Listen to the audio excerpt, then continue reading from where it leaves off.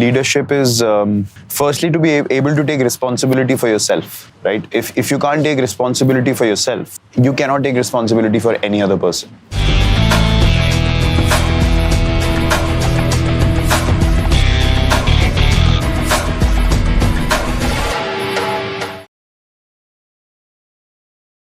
ग्यारह साल का एक बच्चा अपने कोच के पास गया और कोच से कहता है, कोच साहब मैं छोटे बच्चों के साथ नहीं खेलूंगा। कोच कहते हैं छोटे, अरे तुम 11 साल के हो, तुम्हारे साथ जो खेल रहे वो भी 11 साल के हैं। वो कहता है नहीं कोच साहब, ये लोग पूरे दिन बॉलिंग करके भी मुझे आउट नहीं कर पाते, आप मुझे बड़े बच्चों के साथ खिलाओ। कोच कहता है 15 साल के हैं। तो कहता है क्या फ़र्क पड़ गया कोच साहब, यदि वो मेरे को जल्दी आउट कर देंगे तो आप वापस पुरानी टीम में भेज देना। खूब जिद की कोच मान गया और 15 साल वालों में उसको बैटिंग के लिए भेज दिया। अब जब उसने बैटिंग करना शुरू की, शॉट धड़ाधड़ लगाए, लेकिन एक गेंद यहां पर छाती में आके लग गई। उस बच्चे की मम्मी वहीं पर थी, वो घबरा गई और उसने कोच से कहा नहीं इसको वापस बच्चों वाली टीम में भेज दो। वो कहता है बॉल छाती पे लगी है लेकिन अभी तक मैं आउट नहीं हुआ हूं।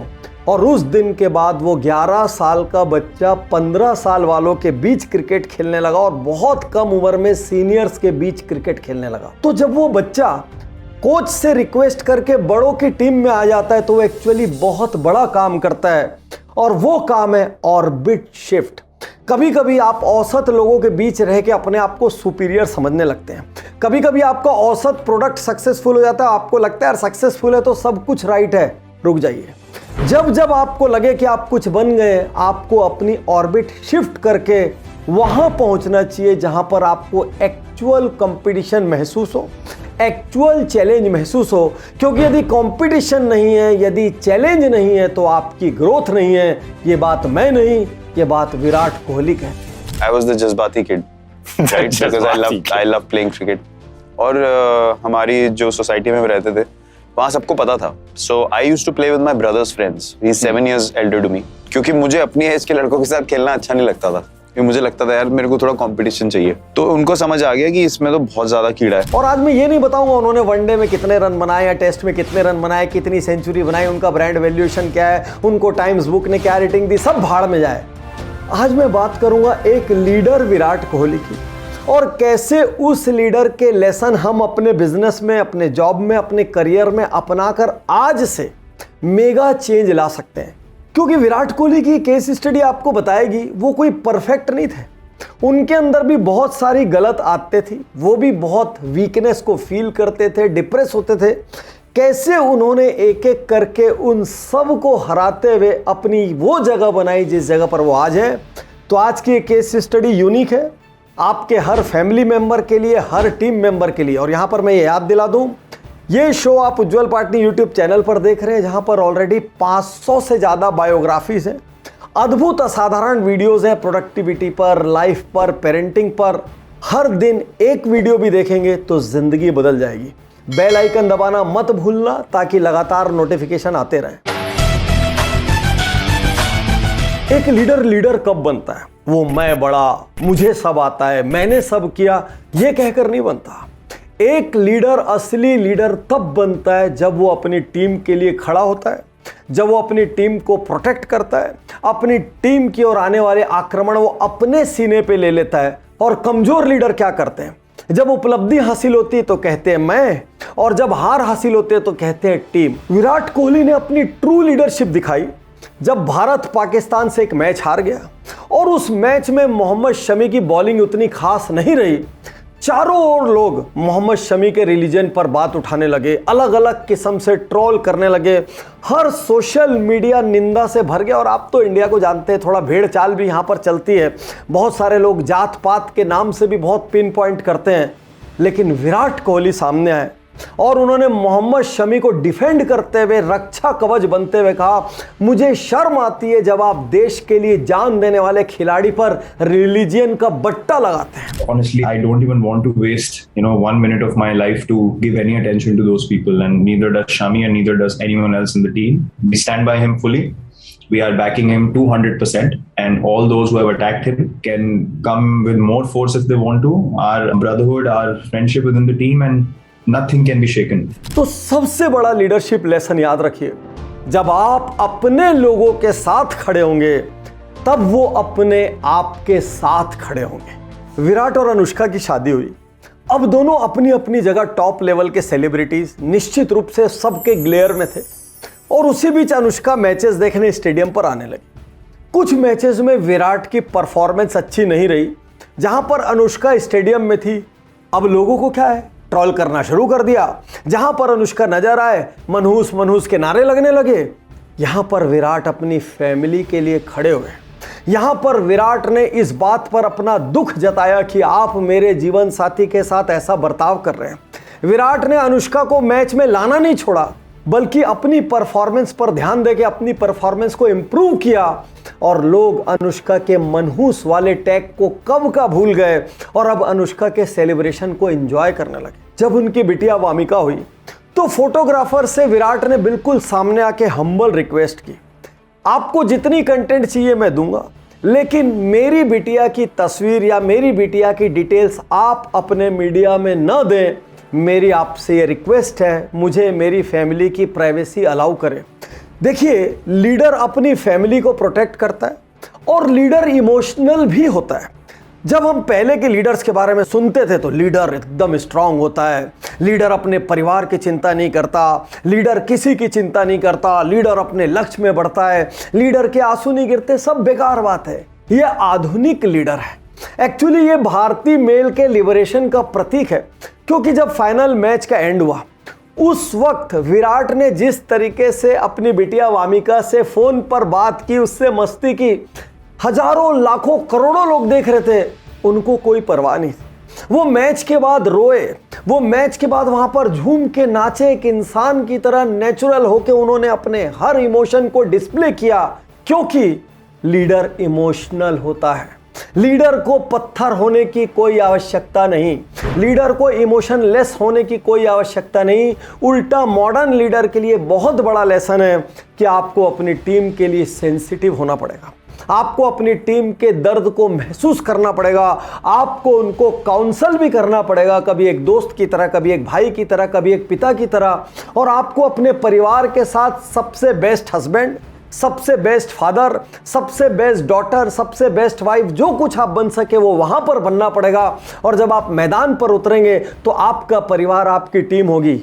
अब जो लीडर है वो कंप्लीट लीडर होता है, वो फैमिली में भी लीडर होता है, वो समाज में भी लीडर होता है, वो अपनी प्रैक्टिसेस में भी लीडर होता है, वो अपनी हैबिट्स में भी लीडर होता है। मैं सालों से अपने प्रोग्राम वीआईपी में विजुअलाइजेशन के बारे में बात कर रहा हूं। मैं अक्सर लोगों से कहता हूं, आप चीजें बाद में हासिल करते हैं, पहले आप उनको अपने दिमाग में क्रिएट कर लेते हैं। जब आप एक घर भी बनाते हो तो घर जमीन पे बाद में बनता है, पहले वो आपके दिमाग में बन चुका होता है और इनफैक्ट आप उसमें रहने लग जाते हैं। इस पावर ऑफ विजुअलाइजेशन पर विराट कोहली अगाध यकीन करते हैं। I ended up scoring 48 in the first innings and 75 in the second in that test match in conditions that were very tough, and I was the highest run getter in that test match for us. That made me believe that the power of visualization and believing in yourself is so huge that we never tap into the potential of that. 2012 border Gavaskar trophy, Virat Kohli test में बहुत अच्छा perform नहीं कर रहे थे। One day में उनके record सबको दिख रहे थे, लेकिन कहीं ना कहीं टेस्ट में वो सेम परफॉर्मेंस आ नहीं रही थी और चारों ओर से उंगलियां उठ रही थी।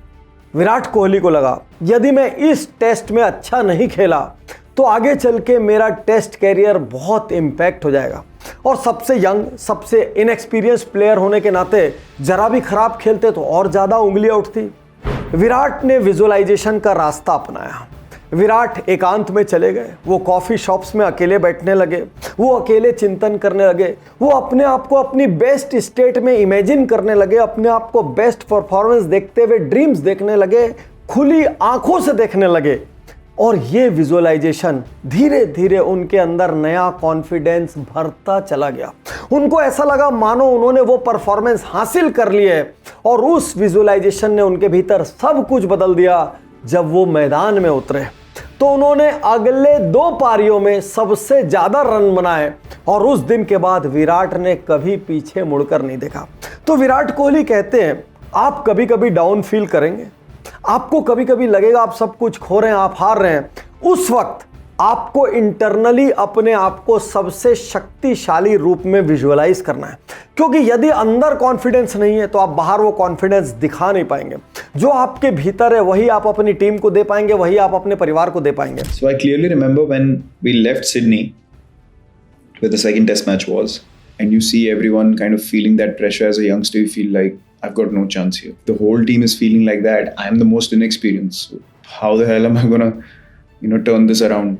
I kind of, in that adverse situation, kind of got a resilience that, hold on, maybe I can be different if I think different.